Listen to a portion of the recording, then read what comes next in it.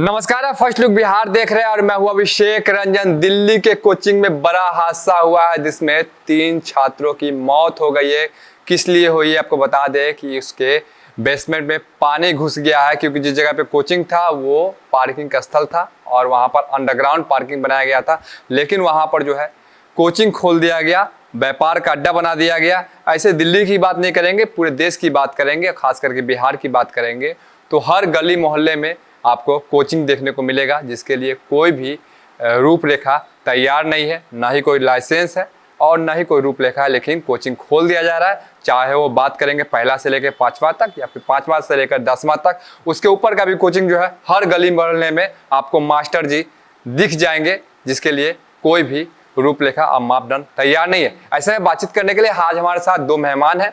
वीरेंद्र राय जी जो जन स्वराज पार्टी के किसान प्रकोष्ठ के प्रदेश अध्यक्ष है, और दूसरी तरफ बात करेंगे तो प्रोफेसर अरुण कुमार सिंह जो शिक्षक भी रहे हैं। सर से सबसे पहले जानेंगे, जिस प्रकार से आज के दौर में सर कोचिंग खोला जा रहा है, दिल्ली में बड़ा हादसा हुआ है, बिहार की बात करेंगे, बिहार में भी हर गली मोहल्ले में कोचिंग खोल दिया जा रहा है, इसके लिए कोई रूपरेखा कोई नियम तैयार नहीं।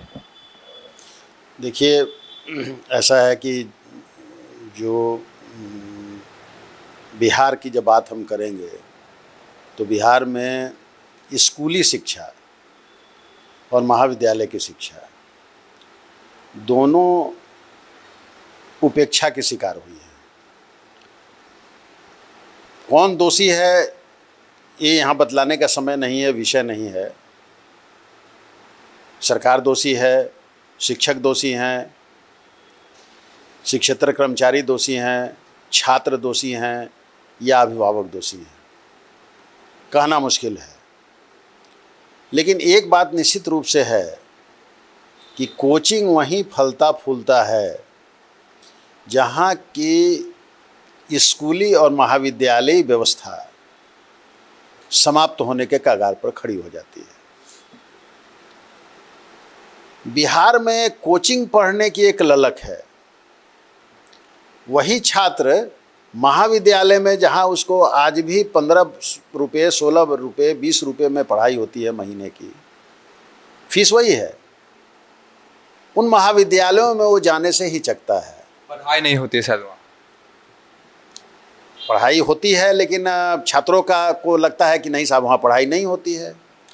और वही शिक्षक अगर किसी के कोचिंग इंस्टीट्यूट में भाग ले लेता है तो उसी के नाम पर, उसी महाविद्यालय के नाम पर वो कोचिंग में पढ़ाता है और उसके नाम पर छात्र उस कोचिंग इंस्टीट्यूट में जो 1 रूम में खुला होता है, 2 रूम में खुला होता है, उसमें छात्र जाते हैं और उनको लगता है, अभिभावक को भी लगता है, अभिभावक भी खुश रहता है और छात्र को भी लगता है कि हम पढ़ाई कर रहे हैं। दरअसल वहाँ भी एक तरह से क्लासरूम की ही पढ़ाई होती है।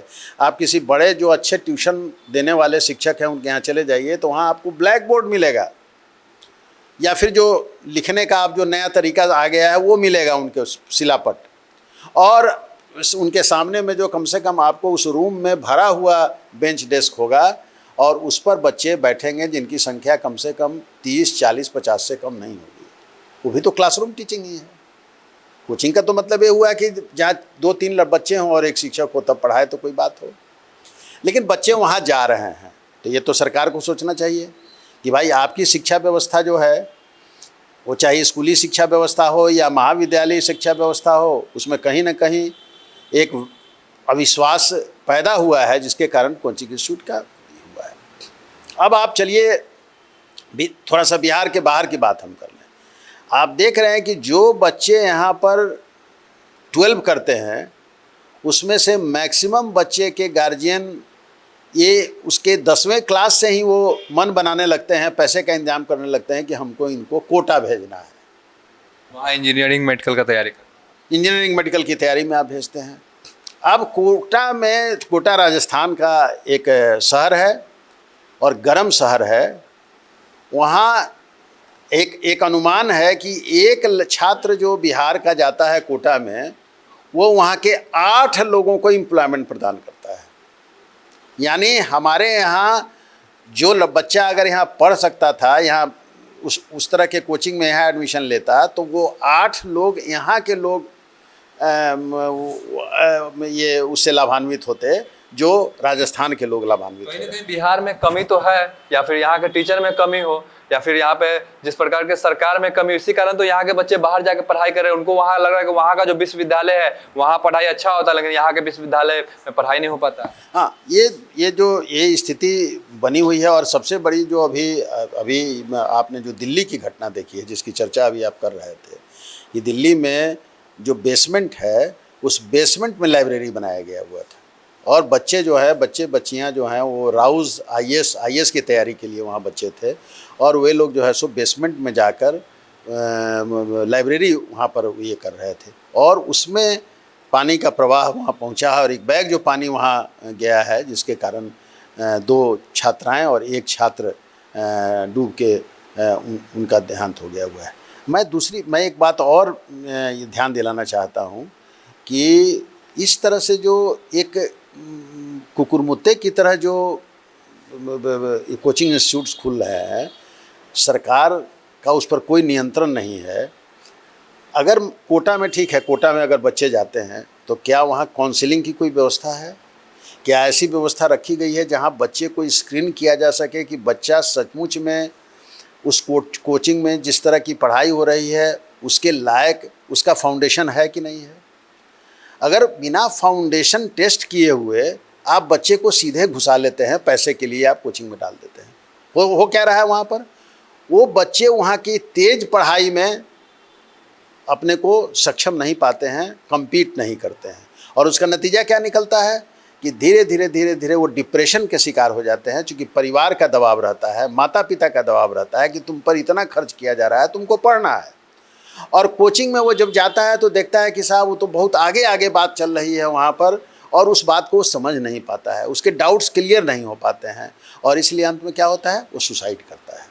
तो आप देखिए कि कोटा में लगातार सुसाइड्स की घटनाएं घट रही हैं, और उसमें सुसाइड में सबसे ज़्यादा सुसाइड बिहार के छात्रों का हो रहा है, क्योंकि बिहार का जो अभिभावक है वो गरीब है, और वो गरीब अपना पेट काट के बच्चे को कोटा भेजता है।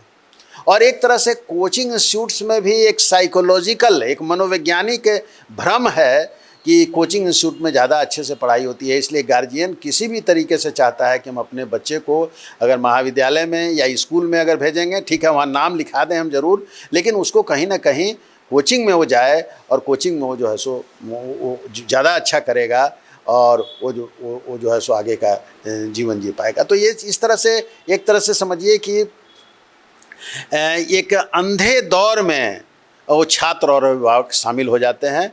वो बिल्कुल अंधा सुरंग है, जिस सुरंग का कहीं भी कोई आगे उसमें लाइट नहीं दिखाई पड़ता है कि उस सुरंग से बाहर भी कोई जा सकता है। तो निश्चित रूप से इस एक विचारणीय प्रश्न है, और इस पर हम लोगों को, सब लोगों को मिल बैठ के बात करनी चाहिए। देखिए, विचारणीय प्रश्न है, लेकिन सबसे बड़ा सवाल ये भी उठता है, क्या बच्चे को जो है, या विद्यालय हो या विश्वविद्यालय हो, का वहाँ पे पढ़ाई नहीं हो पाती?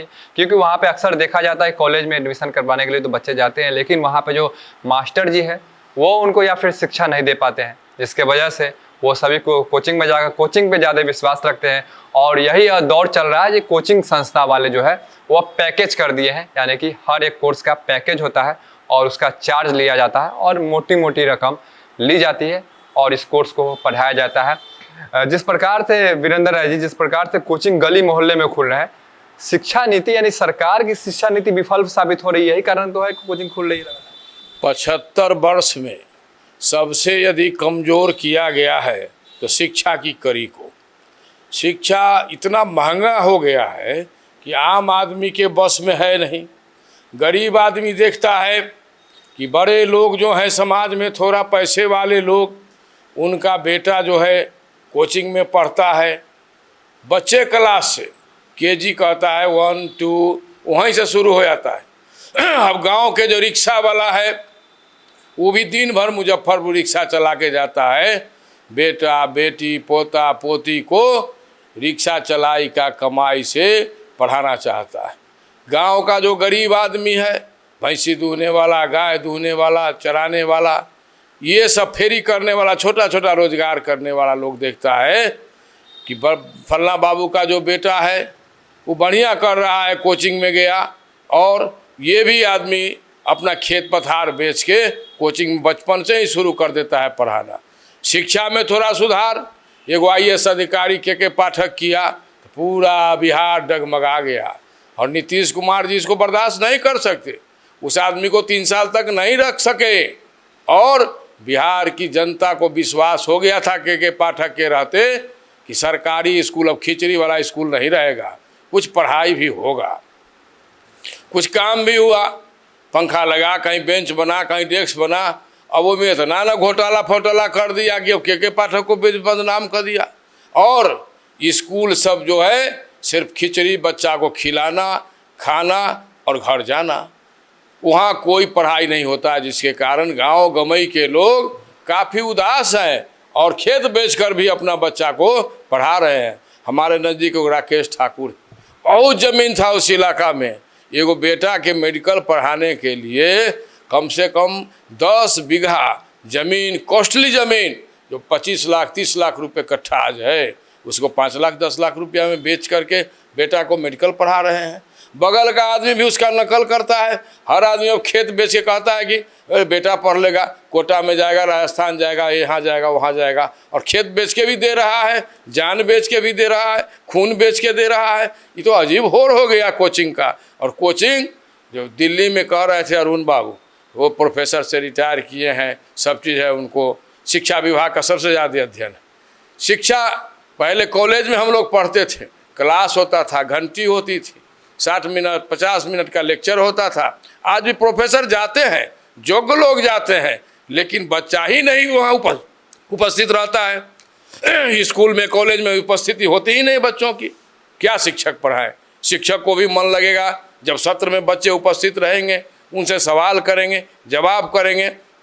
और सबसे ज़्यादा प्रोफेसर साहब कह रहे थे कि दिल्ली में सबसे ज़्यादा कोचिंग तो पटना में है, जहाँ सब बड़े बड़े नेता का बेटा, बड़ा बड़ा डॉन बॉस्को एगो स्कूल है, हमारे यहाँ के एगो विधायक का बेटा पढ़ रहा है डॉन बॉस्को में।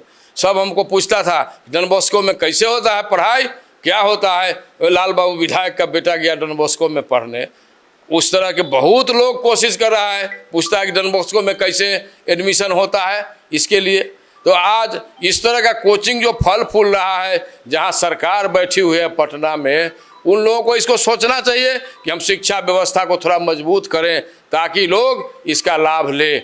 लेकिन आज सबसे ज़्यादा 75 साल में महंगा हुआ है तो शिक्षा महंगा हुआ है, और गरीब आदमी से इसको दूर किया गया है, और आदमी आज मजदूर बन रहा है। आदमी आज जाके कमा रहा है, 10 बरस 15 बरस का अवस्था रहता है, पुल टूट गया, स्कूल टूट गया, फिर बन जाएगा, रोड टूट गया। लेकिन 15 बरस 12 बरस की अवस्था में जो बच्चा नहीं पढ़ पाया वो तो मजदूर बन के रह गया। और सारे जगह का शिक्षा और विद्यालय आज बर्बाद हो रहा है। सारे नेता चाहते हैं कि स्कूल और शिक्षा गांव से हट जाए, गांव का लोग मूर्ख बन के रहे, उनको वोट देता रहे, ऐसी राजनीति कर रहे हैं। शिक्षा के साथ, हमारे साथ और अन्य आदमी के साथ क्या हुआ जिसका अवस्था 15 बरस का है, शिक्षा नहीं मिल पाया। लोग हल्ला करते हैं रोड टूटा, स्कूल टूटा, पुल टूटा, लेकिन जो पढ़बे नहीं किया उसका तो लाइफ ऐसे खराब हो गया। कोटा में बड़े बड़े लोग का बेटा जाता है, अब उसका नकल कर रहा है। आपको मालूम होना चाहिए, गरीब लोग भी चाह रहे हैं कि शिक्षा मिले उनको, तो नकल करने की इसमें बात तो नहीं है, वो भी चाह रहे हैं शिक्षा ले। शिक्षा नकल करता है बड़े लोगों का। हाँ। कि इनका बेटा वहां गया क्योंकि वो पढ़ना चाहता है। गरीब के मन में दिलासा है कि मेरा बेटा भी कुछ करे, तो मेरा बेटा भी कुछ करे, तो पूंजी नहीं है, महंगा है शिक्षा। आज 1000 करोड़ रुपया कोटा में खर्चा होता है बिहार का। किसका पैसा है? गांव का उसी गरीब का है। वही गरीब आदमी फसल काट के मकई, गेहूं, धान, ज्वार, बाजरा, दूध, दही बेच के भेजता है। बड़े लोग तो जमीन बेच के पढ़ा लेते हैं बच्चों को, लेकिन उसका नकल करने में लोग लगा हुआ है। हर लोग चाहता है कि हमारा बच्चा पढ़े। लोगों के अंदर पढ़ाई के प्रति एक दिलचस्पी जगी है गांव के लोगों को, लेकिन संसाधन नहीं है। गरीब लोग हैं, जहां जो मिलता है सस्ता फस्ता में ज़मीन बेच के और पढ़ा रहा है बेटा को इंजीनियरिंग में, मेडिकल में। और ये दिलासा बढ़ी है, गांव के लोगों में ललक बढ़ा है कि शिक्षा हमारे घर में भी आए, हमारा बेटा भी पढ़े। और बड़े लोगों के कंपटीशन के दौर में जहाँ है, अब वो कोचिंग जो है डॉन बॉस्को का स्कूल और हमारे गाँव का मुरौल मध्य विद्यालय, दोनों का लड़का को देख के क्वेश्चन आएगा ना, और उसमें बड़े लोगों का बेटा को क्वेश्चन चोरी से मिल जाता है, तो गरीब आदमी का बेटा पीछे हो ही जाएगा ना। इस तरह का नेते लोग मिलकर क्वेश्चन आउट करवा देता है, और अपना बेटा पोता को सेट कर लेता है। गरीबा पढ़ते पढ़ते उसे चित्तर खिया जाता है, वो कुछ नहीं बनता है। फिर मजदूर बन के केरल, कर्नाटक और जाकर हुआ सूरत में जो है डायमंड सिटी में काम करता है, आंखों को बर्बाद करके बिहार में चलाता है। बिल्कुल। देखिए कि शिक्षा की बात करेंगे जहाँ पर विद्या दी जाती है, लेकिन आज के दौर में व्यापार का अड्डा बन गया है। वही बात करेंगे, जो शिक्षक जो है वो कॉलेज में रहते हैं, वही शिक्षक जाकर कोचिंग संस्था में जाकर पढ़ाते हैं और छात्रों से मोटी रकम लेते हैं। आपको बता दें कि सेमेस्टर के हिसाब से पैसा लिया जाता है, 3 महीने 6 महीने के हिसाब से सेमेस्टर होता है, उसके हिसाब से पैसा लिया जाता है और मोटी रकम लिया जाता है। ऐसे में देखिए कि एक व्यक्ति की मजदूर से भी ज़्यादा की जो रकम है वो सेमेस्टर में सर लिया जाता है। देखिए, ऐसा है कि इसका सॉल्यूशन भी है और दुनिया में प्रयोग हुआ है और इसका उपाय भी ढूंढा गया है। इसका उपाय यही है कि पूरे हिंदुस्तान में देखिए शिक्षा जो है सो कंकरेंट लिस्ट में है। इस पर केंद्र सरकार भी कानून बना सकती है, राज्य सरकार भी कानून बना सकती है। सरकार को चाहिए कि वो सभी शिक्षा मंत्रियों की बैठक बुलावे और लोकसभा में ये कानून पास करावे, संसद में, भारत की संसद में, कि जो लोग जहाँ हैं वहीं के नियरेस्ट विद्यालय और महाविद्यालय में उनको बच्चों को पढ़ाना होगा। मसलन अगर कोई मुजफ्फरपुर का विधायक है और मुजफ्फरपुर के उस विधायक का मकान जो है वो सरैयागंज में है, तो सरैयागंज का जो नियरेस्ट स्कूल है, कौन स्कूल है, तो वो द्वारिका नाथ स्कूल है। तो द्वारिका नाथ स्कूल में ही वहाँ के विधायक का बेटा पढ़ेगा। उसी तरह से अगर मुख्यमंत्री पटना में रह रहे हैं तो मुख्यमंत्री का भी जो बच्चा होगा या जो भी उनका ये होगा वो वहीं के नियरेस्ट स्कूल जो होगा वहाँ पढ़ेगा। जो महाविद्यालय में जो शिक्षक हैं उनका बच्चा उसी महाविद्यालय में पढ़ेगा। जिस दिन आप इस तरह का नियम बना दीजिएगा पूरे हिंदुस्तान में, ये हुआ है, यूरोप के कई देशों में हुआ है, इंग्लैंड में हुआ है, कि आपको वहाँ पर जहाँ आप रहते हैं वहीं के स्कूल में आपके बच्चे को पढ़ाना है। वहाँ तो ये भी देखा गया है कि अगर किसी खास स्कूल में आपको पढ़ाने की इच्छा है तो पूरा घर द्वार यहाँ का बेच के उस खास जगह पर उनको जाके बसना पड़ता है एक कुछ खास वर्ष तक, और तब जाके उनको उस स्कूल में दाखिला मिलता है। तो सिवाय इसके कि आप इस तरह की व्यवस्था बना दें, इस तरह का कानून बना दें कि जो लोग जहाँ हैं वहाँ के नियरेस्ट स्कूल में पढ़ेंगे, आप देखिए कि किस तरह से पढ़ाई की व्यवस्था बदल जाती है। अभी क्या स्थिति है, आप इस पर ध्यान दीजिएगा तो आपको पता चलेगा कि ये सारे लोगों के जो बाल बच्चे हैं, बहुत अच्छा वीरेंद्र बाबू बोल रहे थे, सारे लोग के जो बड़े लोग के बाल बच्चे हैं, जो धनी मानी लोगों के बाल बच्चे हैं या जो मध्यम वर्ग है, उनके देखा देखी वो भी सब बच्चे बाहर पढ़ रहे हैं। बिहार में जो आज प्रश्न उठ रहा है, पलायन की जो स्थिति है, वो पलायन ऐसा नहीं है कि सिर्फ गरीबों का पलायन यहाँ पर हुआ है, यहाँ पर संपन्न लोगों के बाल बच्चों का भी पलायन हुआ है। और इसी तरह से बिहार युवा विहीन है। आज संपन्न वर्ग के बाल बच्चे भी बाहर हैं और जो गरीब बुरवा है गांव का, उसके भी जो युवा पीढ़ी है वो भी बाहर चली गई हुई है। इसका कारण ये है कि बिहार में न तो आप शिक्षा को अच्छा बना पा रहे हैं और न उसको रोजगार दे पा रहे हैं। निश्चित रूप से ये आने वाले जो समय है उसमें बिहार का जो युवा वर्ग है ये प्रश्न करेगा इस बात को, और प्रश्न करना उसने शुरू किया है कि कब तक हम नई नई स्पेशल गाड़ियों में, अभी आपने देखा कि एक गाड़ी मुजफ्फरपुर से खुली गई है जो 16 घंटे में पहुंचाएगी दिल्ली। तो ये क्या हो रहा है, ये आप यहाँ से भर भर के लोगों को ठूस के रेल में उसका किराया भी बढ़ा देते हैं आप, तभी भी ठूस के लोगों को भेजते हैं और वो जाके दूसरे राज्यों में रोजगार पाता है। और यहाँ पर जो है सो उसके पूरा जो युवा काल उसका है वो बाहर में मजदूरी करते करते में समाप्त हो जाता है और बुढ़ापे में वो बिहार में आता है। तो निश्चित रूप से ये चिंता का विषय है। ये कोई और फर्स्ट लुक बिहार ने अगर इस मुद्दे को उठाया है तो इस मुद्दे को और भी उठाना चाहिए। महाविद्यालयों में फर्स्ट लुक बिहार को जाना चाहिए, स्कूलों में जाना चाहिए, वहाँ के अभिभावकों जो पास के जो अभिभावक हैं उनसे बात करनी चाहिए ताकि सरकार पर दबाव बन सके कि भाई कैसे हम इस शिक्षा व्यवस्था को अच्छा करें।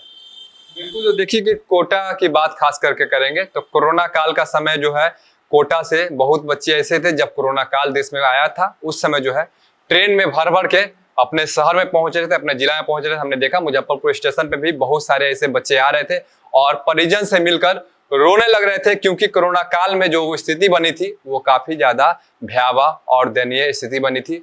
लोगों की मौत हो रही थी। ऐसे में बच्चे डरे सहमे हुए थे। लेकिन उसके बाद भी क्या हुआ, उसके बाद भी जो बच्चे हैं फिर से कोटा की तरफ प्लान कर रहे हैं, दिल्ली की तरफ प्लान कर रहे हैं, वहां जाकर शिक्षा ले रहे हैं। अगर यही व्यवस्था अगर बिहार में हो तो बिहार के युवा बिहार में ही पढ़ सकेंगे। वीरेंद्र राय जी, सरकार को राइट ऑफ एजुकेशन जो है, शिक्षा का अधिकार, शिक्षा, स्वास्थ्य, ये तो सरकार की ड्यूटी है। लेकिन यहाँ तो सरकार जो सामाजिक न्याय के नाम पर है, वो जाहिल बनाने का काम, मूर्ख बनाने का काम और लेबर बनाने का काम, लेबर सप्लायर स्टेट बनाने का काम ये 30 वर्षों से 33 वर्षों से चल रही है, जो भाई और भतीजा की सरकार ये मिल के कर रही है।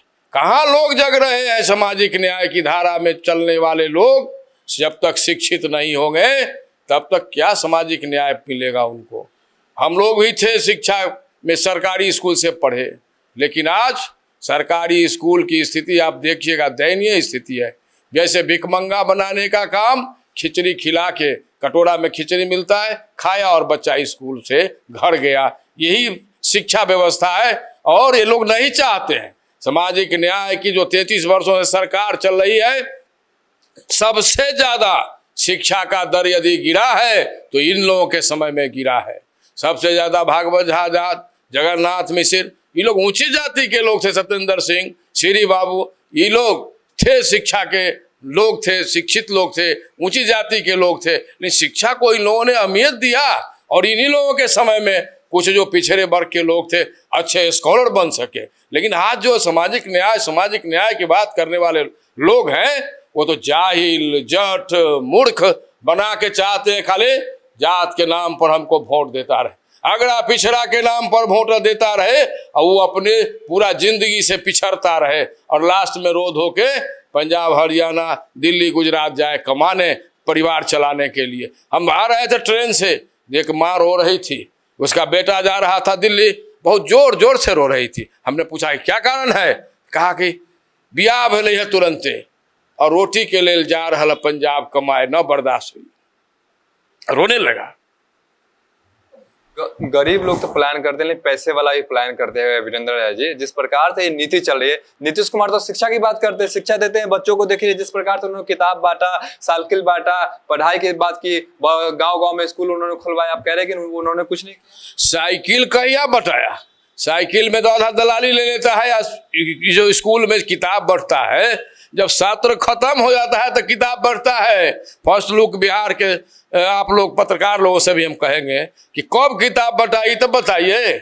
मार्च में नहीं बढ़ता है, सितंबर में, अक्टूबर में बड़ा बड़ा ठेकेदार सब उस किताब को छपवाता है और हर साल किताब बदलता है। अमेरिका जैसा देश में किताब नहीं बदलता है, वहाँ की सरकार पुराना किताब वापस लेके कमजोर और गरीब लोगों को देती है और वहाँ सबका बेटा पढ़ता है पुरनके किताब से, राष्ट्रपति का बेटा हो या जिसका हो। मुझको जाने का मौका मिला था अमेरिका डेयरी के माध्यम से, हमने देखा वहाँ स्कूल में हम गए तो देखा कि पुरानका किताब सब जो जमा करता है उसी को अगला बार अगले क्लास में उसको एडमिशन होता है। लेकिन हमारे बिहार में हर बार किताब बदलता है, कोचिंगों वाला और सरकारियों किताब, इसमें अरबों खरबों का कमाई है। इसमें सब नेता उता जितना शिक्षा मंत्री से लेकर हेडमास्टर तक सबको पैसा मिलता है।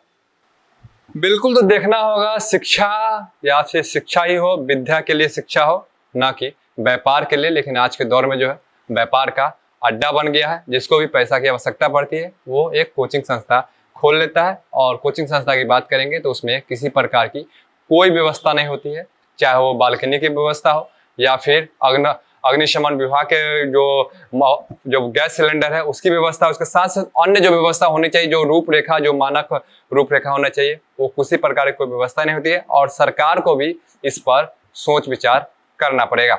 बने रहिए फर्स्ट लुक बिहार के साथ आगे भी खबरों के लिए। तब तक के लिए नमस्कार।